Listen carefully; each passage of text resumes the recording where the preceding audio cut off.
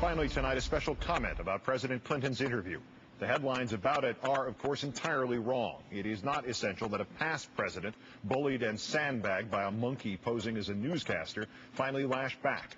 It is not important that the current president's portable public chorus has described his predecessor's tone as crazed. Our tone should be crazed. The nation's freedoms are under assault by an administration whose policies can do us as much damage as Al-Qaeda.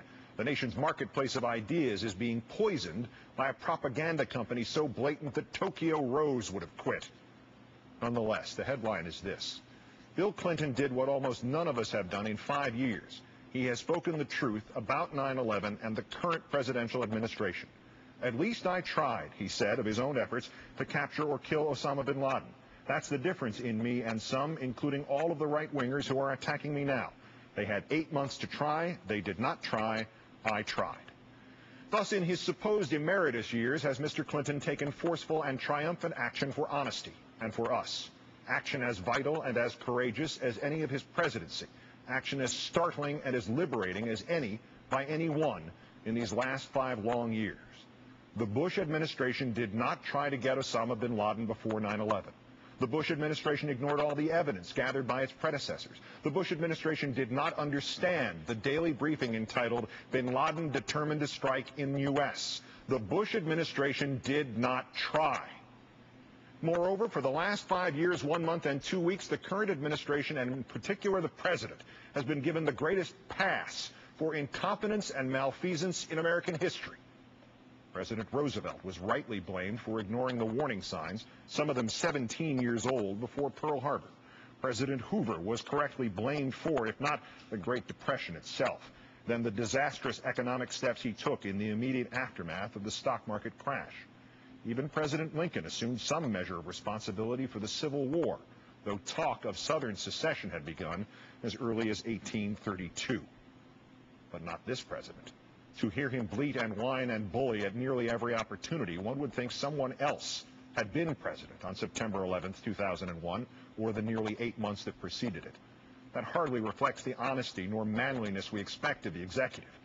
But if his own fitness to serve is of no true concern to him, perhaps we should simply sigh and keep our fingers crossed until a grown-up takes the job 3 Januaries from now.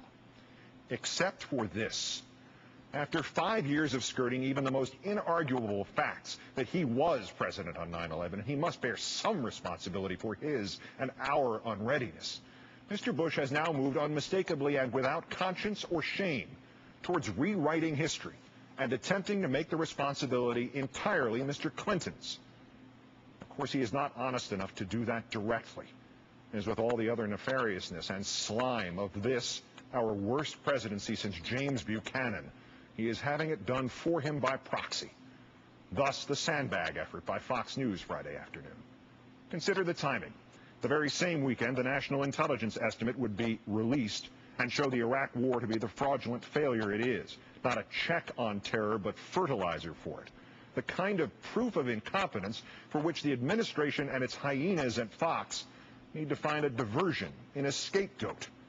It was the kind of cheap trick which would get a journalist fired, but a propagandist promoted, promised to talk of charity and generosity, but instead launch into the lies and distortions with which the authoritarians among us attack the virtuous and reward the useless, and don't even be professional enough to assume the responsibility for the slanders yourself.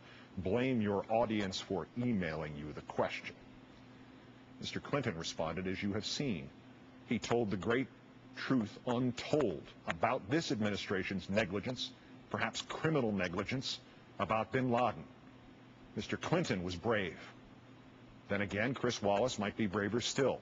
Had I, in one moment, surrendered all my credibility as a journalist and been irredeemably humiliated as was he, I would have gone home and started a new career selling seeds by mail. The smearing by proxy, of course, did not begin Friday afternoon. Disney was the first to sell out its corporate reputation with The Path to 9/11. Of that company's crimes against truth, one needs to say little. Simply put, someone there enabled an authoritarian zealot to belch out Mr. Bush's new and improved history. The basic plot line was this: because he was distracted by the Monica Lewinsky scandal, Bill Clinton failed to prevent 9/11. The most curious and in some ways the most infuriating aspect of that slapdash theory is that the right-wingers who have advocated it, who try to sneak it into our collective consciousness through entertainment, or who sandbag Mr. Clinton with it at news interviews, have simply skipped past its most glaring flaws. Had it been true that Clinton had been distracted from the hunt for bin Laden in 1998 because of the Lewinsky nonsense, why did these same people not applaud him for having bombed bin Laden's camps in Afghanistan and Sudan on August 20th of that year, for mentioning bin Laden by name as he did so? That day, Republican Senator Graves of Minnesota invoked the movie Wag the Dog. Republican Senator Coates of Indiana questioned Mr. Clinton's judgment. Republican Senator Ashcroft of Missouri, the future Attorney General, echoed Coates. Even Republican Senator Arlen Specter questioned the timing. And of course, were it true Clinton had been distracted by the Lewinsky witch hunt, who on earth conducted the Lewinsky witch hunt? Who turned the political discourse of this nation on its head for 2 years? Who corrupted the political media? Who made it impossible for us to even bring back on the air the counterterrorism analysts like Dr. Richard Haas and James Dunnigan, who had warned at this very hour on this very network in early 1998 of the cells from the Middle East who sought to attack us here? Who preempted them in order to strangle us with the trivia that was all Monica all the time? Who distracted whom? This is, of course, where, as is inevitable, Mr. Bush and his henchmen proved not quite as smart as they think they are. The full responsibility for 9/11 is obviously shared by 3 administrations, possibly 4.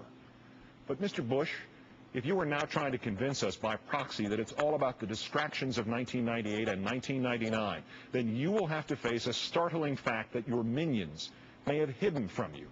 The distractions of 1998 and 1999, Mr. Bush, were carefully manufactured and lovingly executed, not by Bill Clinton, but by the same people who got you elected president.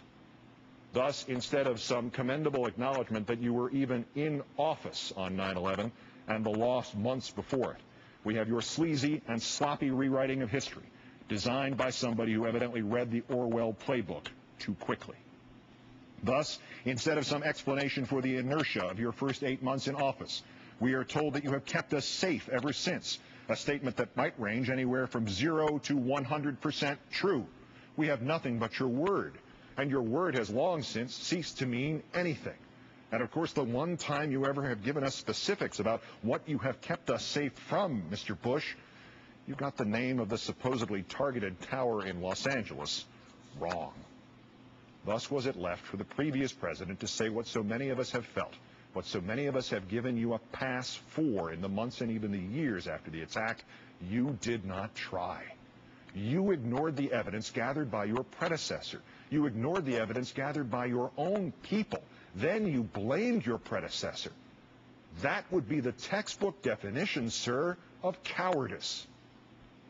To enforce the lies of the present, it is necessary to erase the truths of the past. That was one of the great mechanical realities Eric Blair, writing as George Orwell, gave us in the novel 1984. The great philosophical reality he gave us, Mr. Bush, may sound as familiar to you as it has lately begun to sound familiar to me. The party seeks power entirely for its own sake. We are not interested in the good of others. We are interested solely in power. Power is not a means, it is an end. One does not establish a dictatorship to safeguard a revolution. One makes the revolution in order to establish the dictatorship. The object of persecution is persecution. The object of torture is torture. The object of power is power. Earlier last Friday afternoon, before the Fox ambush, speaking in the far different context of the closing session of his remarkable global initiative, Mr. Clinton quoted Abraham Lincoln's State of the Union address from 1862. We must disenthrall ourselves. Mr. Clinton did not quote the rest of Mr. Lincoln's sentence. He might well have. We must disenthrall ourselves, and then we shall save our country. And so has Mr. Clinton helped us to disenthrall ourselves and perhaps enabled us, even at this late and bleak date, to save our country. The free pass has been withdrawn, Mr. Bush. You did not act to prevent 9/11. We do not know what you have done to prevent another 9/11. You have failed us. then leverage that failure to justify a purposeless war in Iraq, which will have all too soon claimed more American lives than did 9/11. You have failed us anew in Afghanistan, and you have now tried to hide your failures by blaming your predecessor. And now you exploit your failure to rationalize brazen torture, which doesn't work anyway, which only condemns our soldiers to waterboarding, which only humiliates our country further in the world, and which no true American would ever condone, let alone advocate. And there it is, sir. Are yours the actions of a true American? I'm Keith Olbermann. Good night and good luck.